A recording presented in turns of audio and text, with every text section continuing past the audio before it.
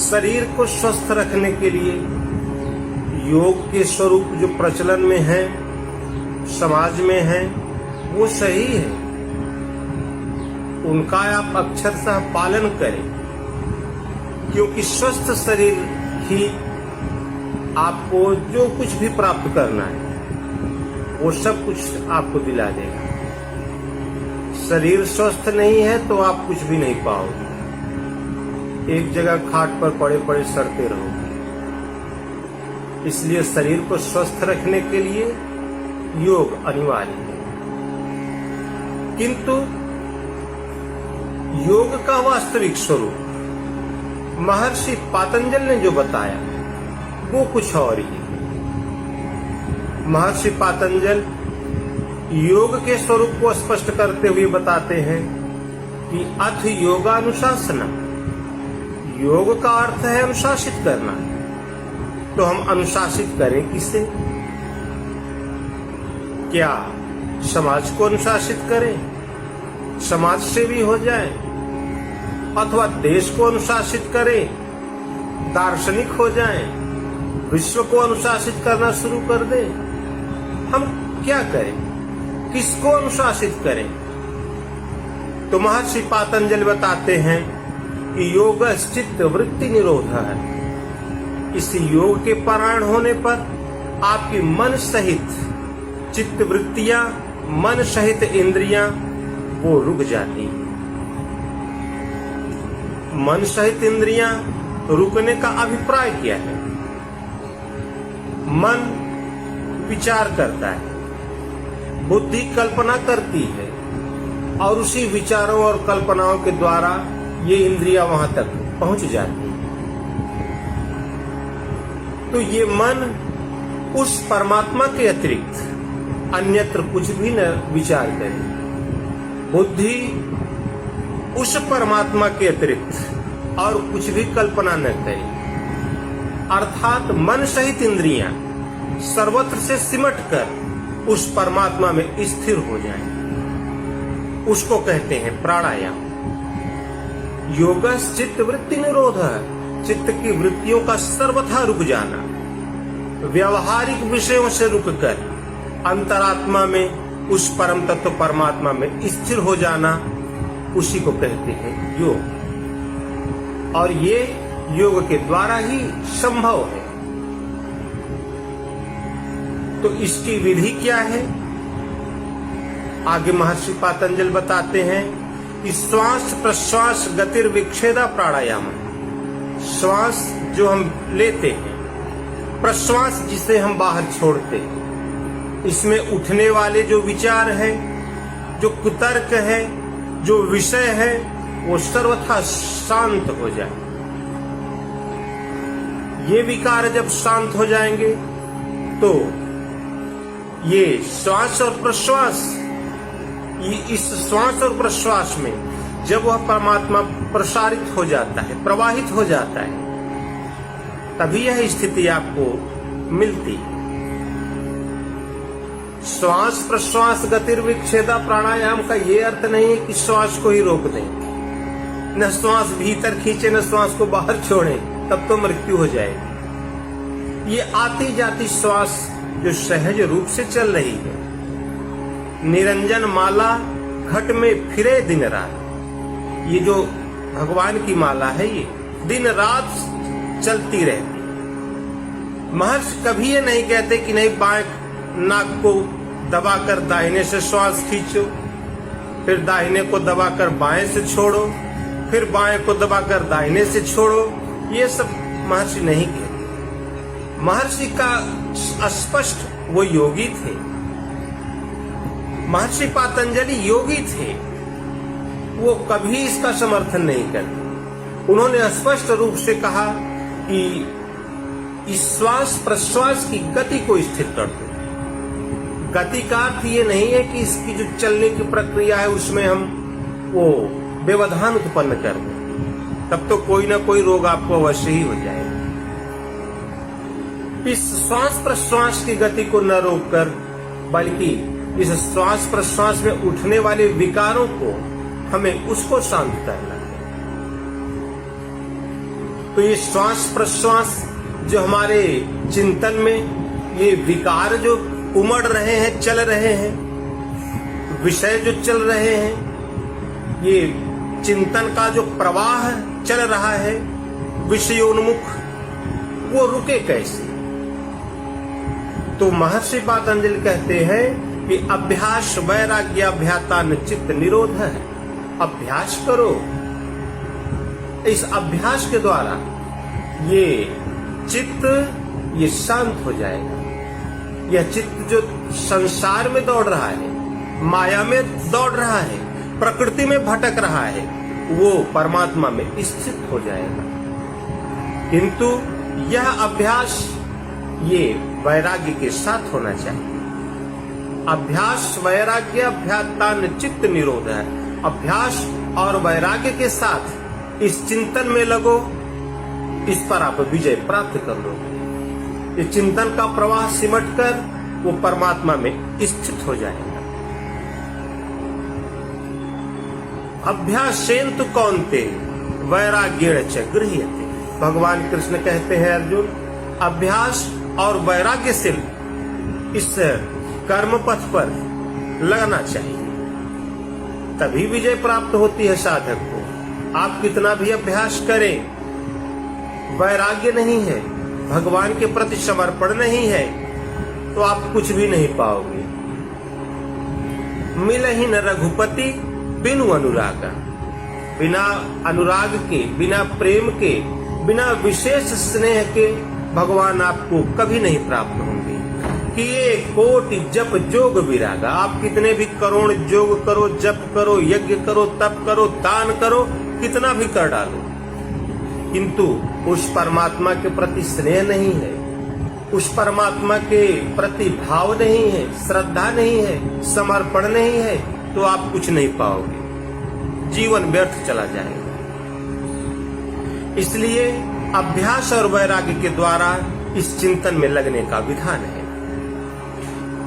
तो हम अभ्यास कितने समय तक करें, इसका कुछ समय निर्धारित है? तो महर्षि पतंजलि कहते हैं कि स तू दीर्घ काल नैरंतर्य सत्कारा सेवितो दृढ़ भूमि। दीर्घ काल तक और निरंतर। ऐसा नहीं है कि हमने आज अभ्यास किया, अभी सत्पुरुषों की शरण में गए, वहां से हमने साधना पद्धति जान ली, साधना की विधि समझ लिया और हम लग गए, 2-4 दिन तो लगे, उसके बाद हमने साधना को छोड़ दिया, भगवत भजन को छोड़ दिया, चिंतन को छोड़ दिया, 56 भोग मिल गया, बढ़िया व्यंजन मिल गया, तो हमने वो जमकर भोजन कर लिया, शरीर में आलस आ गया, उस दिन हमने अभ्यास किया ही नहीं, हम सो गए। तो ऐसे ये अभ्यास का क्रम ये बिगड़ जाता है। ऐसे आप इस चित्त को कभी नहीं स्थिर कर पाओगे, इस पर आपकी विजय कभी नहीं होगी। ये अभ्यास निरंतर करते रहो। अभ्यास तू दीर्घ काल तक निरंतर श्रद्धा और भक्ति पूर्वक निरंतर करना है इसे आपको, इसका क्रम टूटने न पावे। तो श्वास श्वास पर नाम जपो, वृथा श्वास जनिक हो। एक भी श्वास उस परमात्मा के नाम के बगैर खाली न जाए। ना जाने यह श्वास का आयावन हो न हो, पता नहीं श्वास कब तक चले, कब रुक जाए, कोई जानता है क्या?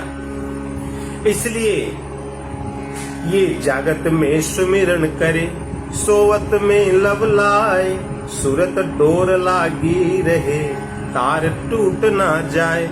जब तक जागो तब तक नाम का जाप करते रहो। सो जाओ तो इस प्रकार से निद्रा लाभ लो, इस प्रकार से शयन करो कि यह मन इस श्वास में ही लगा रहे, इस श्वास पर ही दृष्टि रहे और श्वास को देखे।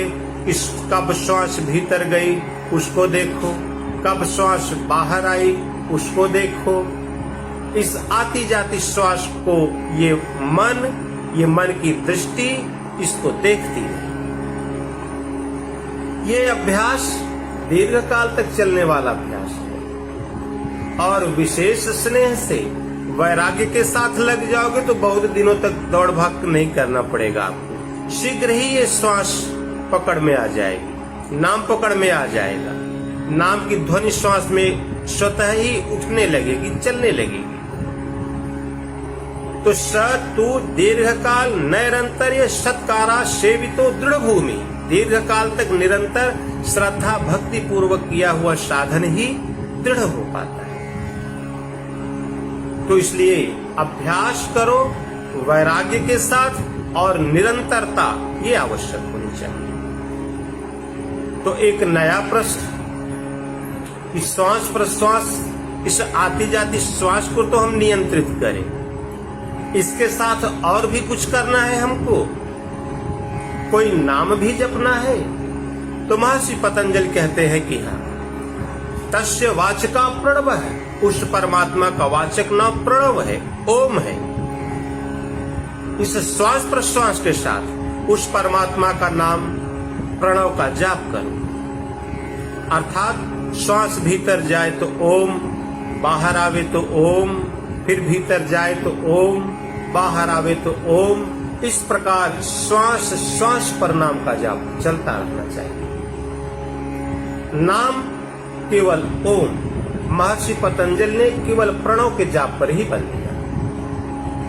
तो ठीक है, हम अभ्यास करना हमने आरंभ कर दिया, वैराग्य के साथ हमने आरंभ कर दिया, श्वास प्रश्वास के चिंतन में हम लग गए। आपने बताया कि ओम का जाप करें, वह भी हमने आरंभ कर दिया। तो इससे हमें लाभ क्या है? तो आगे महर्षि पतंजलि कहते हैं कि तदा द्रष्टु स्वरूपे अवस्थान। इससे आप उस परमात्मा को, दृष्टा आत्मा को आप प्राप्त कर लेंगे। आप अपने सहज स्वरूप को प्राप्त कर लेंगे, उस परमात्मा को प्राप्त कर लेंगे, जिससे प्राप्त करने के बाद फिर इस आवागमन के बंधन से मनुष्य मुक्त हो जाता है। यह जीवात्मा इस माया से परे मायापति का हो जाता है, प्रकृति से परे परमात्मा में स्थित हो जाता है। तो इसलिए योग एक सहज उपाय, इसमें आपको कुछ भी विशेष नहीं करना है। जैसा महर्षि पतंजलि ने बताया, बस उसी आधार पर आपको चलना आरंभ कर देना है। भगवान श्री कृष्ण भी गीता में यही बात कहते हैं। क्यों? क्योंकि भगवान श्री कृष्ण भी एक योगेश्वर थे, पूर्णत्व प्राप्त महापुरुष थे। अंत में संजय निर्णय देते हुए भगवान योगेश्वर भगवान श्री कृष्ण के स्वरूप को बताते हुए कहते हैं कि यत्र योगेश्वरो कृष्णः यत्र पार्थोर्धनुर्धरः तत्र श्री विजयो भूतिर्ध्रुवा नीतिर्मतिर्मम। भगवान शिव, भगवान कृष्ण एक योगेश्वर है, और जहाँ ये महापुरुष रहेंगे, यत्र योगेश्वर कृष्णो, जहाँ योगेश्वर भगवान श्री कृष्ण रहेंगे, यत्र पार्थो धनुर्धर है, जहाँ उन योगेश्वर के शरणागत हुआ, उन प्रभु के शरणागत भक्त का निवास जहाँ होता है, तत्र स्त्री, वहीं स्त्री होती है, विजय विभूति होती है, सभी प्रकार के ऐश्वर्य वहां होते हैं। इसलिए सब लोग उस परम तत्व परमात्मा के शरण में जाओ। और भगवान कृष्ण भी विधि बताते हैं कि भैया देखो, ये बहुत प्रकार के कार्यों में अपने जीवन को व्यर्थ मत गंवाओ, अपने मन को बहुत से विस्तार में मत फैलाओ, इस मन को संयमित करो।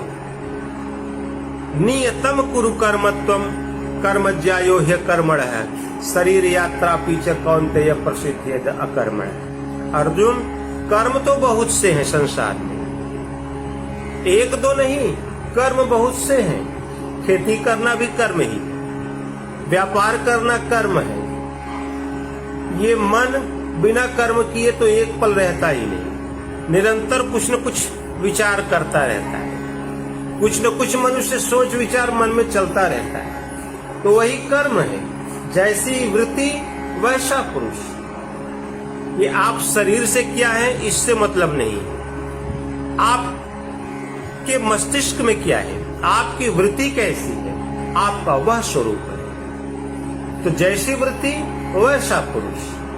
आपकी वृत्ति कैसी है, आपकी विचारधारा कैसी है, बस जैसी आपकी विचारधारा है आप वैसे ही हैं,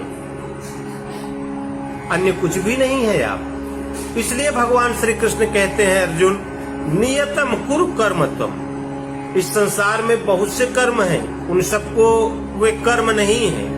अन्यत्र लोकोयम कर्म बंधन है। इस निर्धारित कर्म को जिसे मैं तुझे बता रहा हूँ, इसके अतिरिक्त संसार में जो भी कुछ कर्म किया जाता है वो केवल संसार में बंधन का उपाय है, न कि मोक्षद का। और जो कर्म मैं तुझे बता रहा हूँ नियत कर्म, वो अशुभात मोक्ष से, अशुभ अर्थात इस संसार बंधन से मुक्त करने वाला है, तुम्हें मुक्ति प्रदान करने वाला है। आदि शंकराचार्य ने जब इस स्वरूप को प्राप्त किया तो उन्होंने अपना निर्णय दिया कि आज हमारी वो स्थिति है कि न में मृत्यु शंका, न में जाति भेदा, पिता नैव में नैव माता न जन्मा, न शत्रुर न मित्र गुरुर्नैव शिष्य, चिदानंद रूप शिवोहम शिवोहम। आज मैं उसी शिव स्वरूप में स्थित हूँ। तो ये शिव वो एक स्थिति है, उस स्थिति को आप प्राप्त कर लेंगे, साक्षात शिव स्वरूप में अवस्थित हो जाएंगे इस योग के द्वारा। इसीलिए भगवान शिव भी योगेश्वर, आदि गुरु। तो भगवान कृष्ण कहते हैं कि अर्जुन नियतम कुरु कर्म त्वम, तो निर्धारित किए हुए कर्म को कर। तो निर्धारित कर्म है क्या जिसे हम करें और इस लोक बंधन के कर्म से हम बच जाएं? तो भगवान श्री कृष्ण कहते हैं अर्जुन, यज्ञार्थात् कर्मणो अन्यत्र लोकोयम कर्म बंधनः, तदर्थम कर्म कौन्तेय मुक्त संगः समाचर। अर्जुन, एकमात्र यज्ञ करना ही कर्म है और कुछ भी कर्म नहीं है। यज्ञ क्या है? तो आगे भगवान श्री कृष्ण बताते हैं कि अपाने जुह्वति प्राणम प्राणे पानम तथा परे, प्राणापान गति रुद्ध्वा प्राणायाम परायणा है। वही प्राणायाम जो महर्षि पातंजल कहते हैं कि श्वास प्रश्वास गतिर विच्छेदा प्राणायाम, वही भगवान श्री कृष्ण कहते हैं कि अपाने जुह्वति प्राणम, इस आती जाती श्वास पर दृष्टि रखो।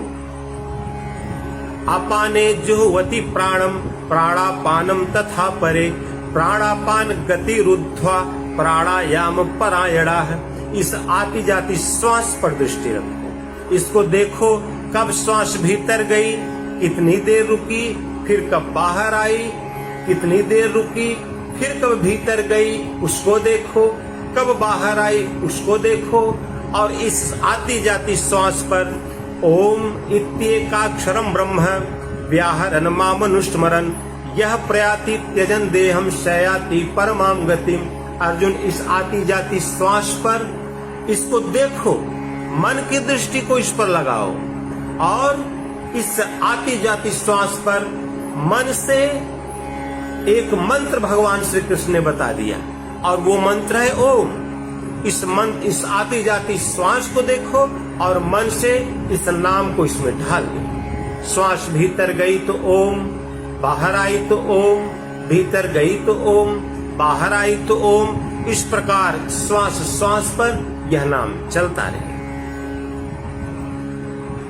तो और भी यज्ञ है कि बस केवल यही एकमात्र यज्ञ है? भगवान श्री कृष्ण कहते हैं कि नहीं, और भी यज्ञ के स्वरूप है। तो देवान भावयतानेन ते देवा भावयन्तु वह, परस्परम भावयन्तः श्रेयः परम वाप्स्यथ। अर्जुन, अपने हृदय में स्थित दैवी संपत्ति को बलवती बनाओ। विवेक, वैराग्य, सम, दम, धारणा, ध्यान, ये इससे आपके हृदय में स्थित जो दैवी संपद है वो बलवती होती है। भगवान के भजन से, सत्संग से, ध्यान से, नाम जप से ये आपके हृदय में स्थित जो दैवी संपद है वो बलवती होती है और काम क्रोध आदि विकारों से ये दुर्बल होती है। आसुरी प्रवृत्ति बलवती हो जाती है, वो आपको कभी भजन में लगने नहीं देगी, वो आपके लिए व्यवधान उत्पन्न करना आरंभ कर देती है, जिससे आपको आलस्य हो जाएगा। भजन में बैठने पर निद्रा आ जाएगी। गुरु महाराज कहे कि आलस निद्रा जमुहाई तीनों काल के भाई। ये आपको काल कवलित कराने वाली वस्तुएं, ये आपको उस काल से परे, उस अकाल पुरुष, उस परमात्मा से दूर करने वाली वस्तुएं। इसलिए इस काम क्रोध आदि विकारों को कम करना है और विवेक वैराग्य आदि भगवत भजन को उसको बलवती बनाना है। इसी के द्वारा दैवी संपत्ति बलवती होती है।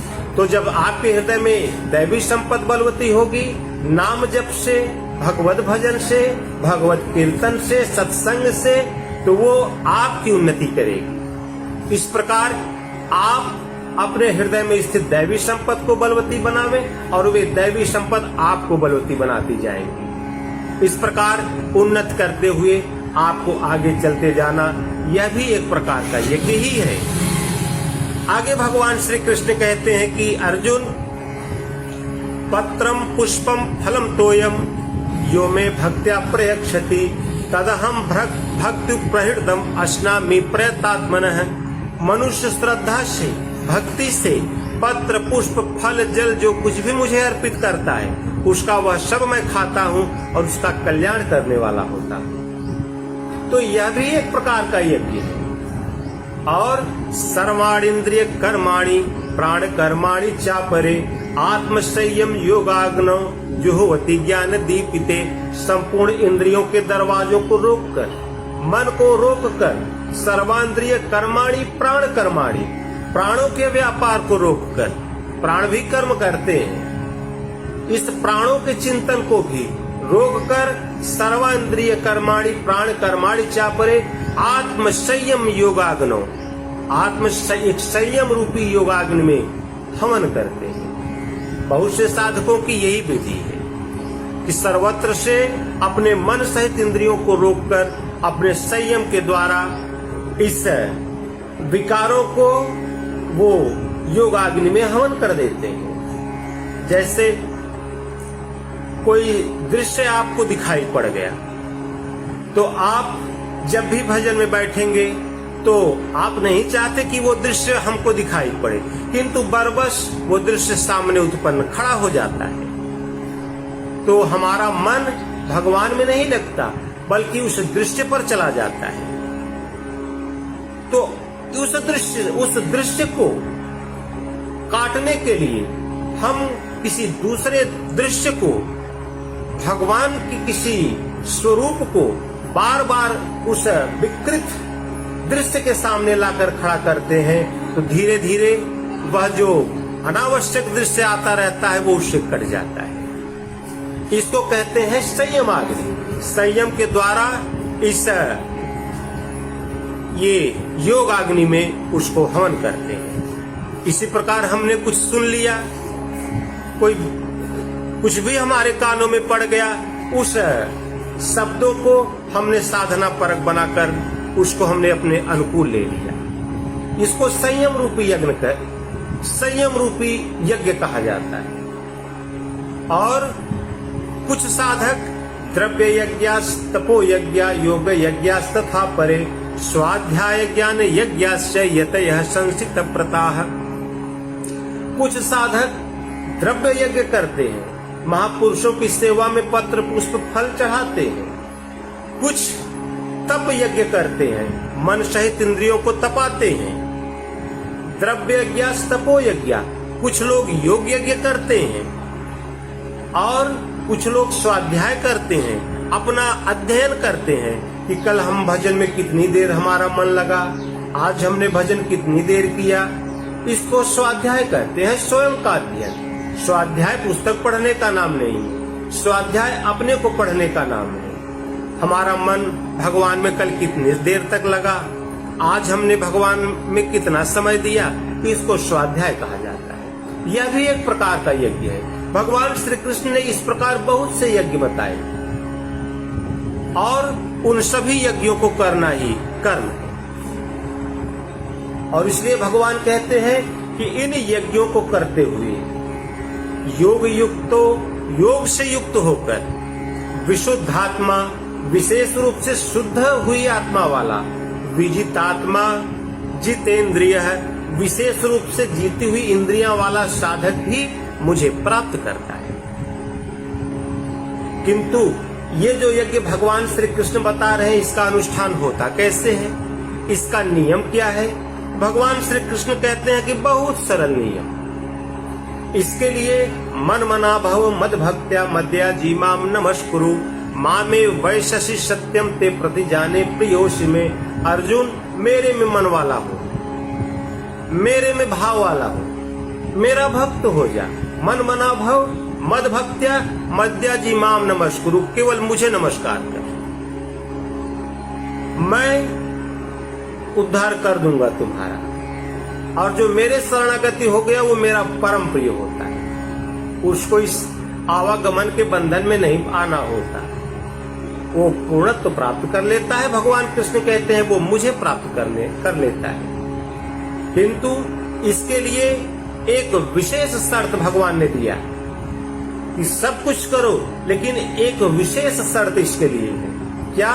कि भगवान श्री कृष्ण कहते हैं कि अर्जुन, इसके लिए तुम्हें अनन्य भाव से मेरी शरण में आना पड़ेगा। तो सर्व धर्मान परित्यज्य, संपूर्ण जो दिमाग में ये धारण कर रखे हो ना कूड़ा करकट, वो सब निकाल कर बाहर फेंक दो। सर्व धर्मान परित्यज्य मामेकम शरणम व्रज, एकमात्र मेरी शरण में आ जाओ। अहम त्वा सर्व पापेभ्यो मोक्षयिष्यामि मा शुचः, मैं तुम्हें संपूर्ण पापों से मुक्त कर दूंगा। एक दो पाप नहीं, करोड़ों जन्मों के पाप आपको लगे हो। मैं जहां हमारे सन्मुख आ गए तो सभी जन्मों के पाप समाप्त। सन्मुख जीव होई मोहि जबहि, जन्म कोट यघनाशहु तबहि। अब भगवान कृष्ण कहते हैं अपिचेत्सु दुराचारो, दुराचारी नहीं, दुराचारियों के सरदार सिरमौर हो आप। तो अपिचेत्सु दुराचारो भस्ते माम अनन्य भाग, साधुरेव समन्तव्यः सम्यग् व्यवसितो हिस्सः। दुराचारियों से भी दुराचारी ही क्यों न हो, यदि अनन्य भाव से दृढ़ संकल्पित होकर वे मेरी शरण में आ गया तो वो शीघ्र ही धर्मात्मा हो जाता है, वो साधु ही मानने योग्य है। क्यों? क्योंकि वो जहां मेरे शरणागत हुआ तो तुरंत ही उसके सभी पाप समाप्त हो जाते हैं। और क्षिप्रम भवति धर्मात्मा सस्व शांतिम निगच्छति, कौन्तेय प्रति जानी ही न मे भक्त प्रणश्यति। वो शीघ्र ही धर्मात्मा हो जाता है। हे अर्जुन, ये परम सत्य जान लो कि मेरे शरण में आए हुए भक्त का कभी विनाश नहीं होता। इसलिए अब विस्तार नहीं करेंगे, आज समय नहीं है हमको हमारे पास, इसलिए थोड़े शब्दों में ही बता रहे हैं। इसलिए आप संपूर्ण भाव से उस एक परमात्मा की शरणागत जाएं और उस परमात्मा की शरणागत होकर ओम अथवा राम, किसी एक दो ढाई अक्षर के नाम का जाप करें और इस आती जाती श्वास को मन से देखें, सूरत से देखें। इस आती जाती श्वास पर नाम का जाप चलता रहे। तो भगवान कहते हैं कि इसको थोड़ा सा अभ्यास करो, टूटी फूटी सेवा गुरु महाराज की करो, उससे ही ये नाम तुम्हारे श्वास में वो जागृत हो जाएगा, भजन जागृत हो जाएगा। फिर भगवान अनुभव प्रदान करने लग जाते हैं और उसी अनुभव के आधार पर साधक चलते हुए उस परम तत्व परमात्मा को प्राप्त कर लेता है। उस भगवान परमात्मा को प्राप्त करने का एकमात्र यही साधन है, और इसके अतिरिक्त कोई साधन तो पुराणों में, वेदों में हमको तो नहीं कहीं दिखाई पड़ता। इसलिए भगवान शिव सनकादि ऋषियों का, देव ऋषि नारद, शुक सनकादि शेष अरु शारद, जे मुनि ब्रह्म विचार विशारद, सब कर्मति खगनायक एहा करिय राम पद पंकज नेहा। सबका निर्णय एक ही है कि मन से, कर्म से, वचन से उस परम प्रभु परमात्मा के शरणागत हो जाओ, उनका चिंतन करो, छल छदम त्याग कर एकदम निर्विकार निर्मल हृदय से उन परमात्मा की शरण में जाओ, आपका कल्याण हो जाएगा। और इसके अतिरिक्त यदि आप कोई दूसरा साधन ढूंढते हैं तो भगवान कृष्ण कहते हैं कि इसके अतिरिक्त अन्यत्र लोकोयम कर्म बंधन है, केवल बंधते चले जाओगे, उद्धार तो नहीं होगा। इसलिए सब लोग एक परमात्मा का चिंतन करो, ओम अथवा राम किसी एक नाम का जाप करो। जहां श्रद्धा से आपकी डोर भगवान से लग जाएगी तो आपको भगवान कृपा करके संत विशुद्ध मिले परिते ही, राम कृपा करि चितवा जेहि। भगवान कृपा करके आपको संत सदगुरु की प्राप्ति करा देंगे। वो महापुरुष गुरुदेव भगवान जहाँ बैठे होंगे आप वहाँ पहुँच जाओगे, अथवा वे गुरु महाराज ही आपके यहाँ पहुँच जाएंगे। और जब सदगुरु मिले जाए जिन संशय भ्रम समुदाय, सब संशय समाप्त, केवल फिर साधन विधि उन गुरु महाराज के बताए हुए कथनानुसार, उनकी बताई हुई चिंतन पद्धति के अनुसार आपको चलना है। आगे का रास्ता भगवान स्वयं अंतरात्मा से जागृत होकर पूर्ण करा दे।